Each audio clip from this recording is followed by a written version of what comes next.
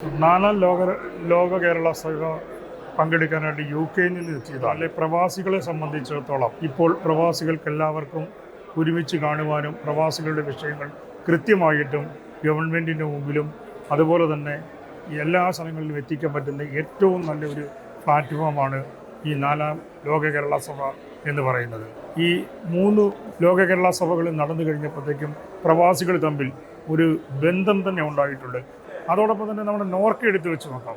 നോർക്ക ഈ കഴിഞ്ഞ ദിവസം കുവൈറ്റിലുണ്ടായ അപകടം അത് ക്രോഡീകരിക്കാനായിട്ട് ലോക കേരള സഭയുമായി ബന്ധപ്പെട്ടും മറ്റുമായിട്ട് എത്ര പെട്ടെന്ന് വളരെ ഈസി ആയിട്ട് കാര്യങ്ങളെ നമുക്ക് ക്രോഡീകരിച്ച് ഇവിടെ എത്തിക്കാനായിട്ട് സാധിച്ചു.